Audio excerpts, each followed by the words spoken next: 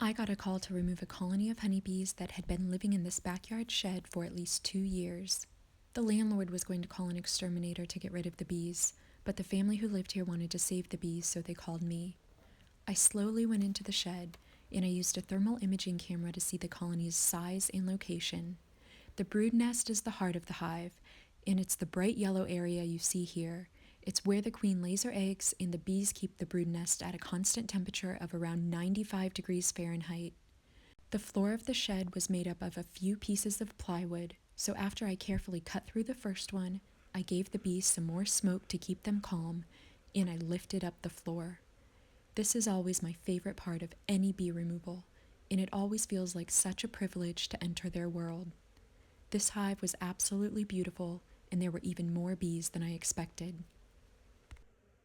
I always try to make the removal process as easy on the bees as possible, but in order to expose the entire hive, I had to pull up another piece of the floor. This section is where the brood nest and most of the hive was located, and I tried to lift it as slowly as possible to keep it all intact. It was pretty heavy, but most of the comb stayed in place. Now that I had the entire hive exposed, I could get to work removing the structure of the hive and relocating the bees. My goal is always to give the bees as many pieces from their original hive as possible, and I try to put the pieces in the new hive in the same order that the bees built them. The rubber bands help support the weight of the comb, and they hold everything in place during transport and until the bees can produce enough beeswax to attach the pieces of their old hive to the wooden frames of their new hive. Once the bees have attached the comb to the frames, they'll drag the rubber bands out of the hive since the bees like to keep their hive nice and tidy. I spent at least an hour carefully working my way through the hive and removing comb from the floor of the shed and putting it into frames. Luckily, a lot of the bees stayed on the comb as I worked, so many of the bees went right into their new hive along with each piece of the old hive that I removed.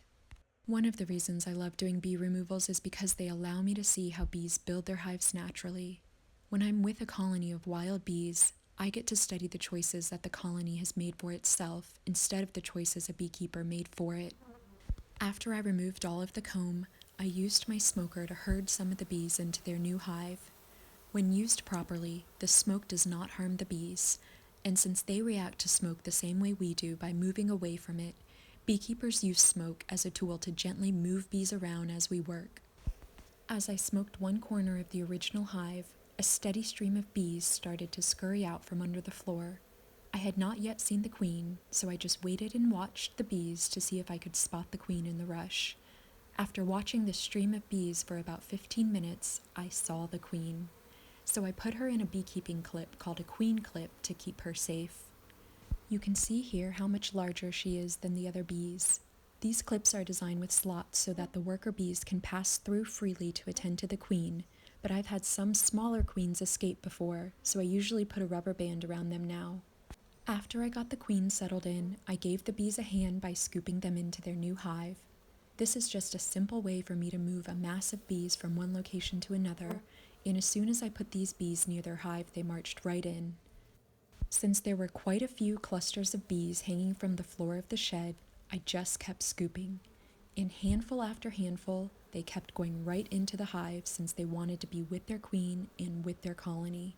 Once I got even more bees into the new hive, some of the bees started sending homing signals to the rest of the colony to tell them where their new hive was located. They do this by exposing a gland at the end of their abdomen to release a pheromone which they send out into the world by fanning their wings. From that point on, all the bees knew to get into their new hive, but they needed plenty of time to do so, so I left the hive in the shed overnight. When I went back the next morning, the entire colony had moved into the new hive, and it was another great day of saving the bees.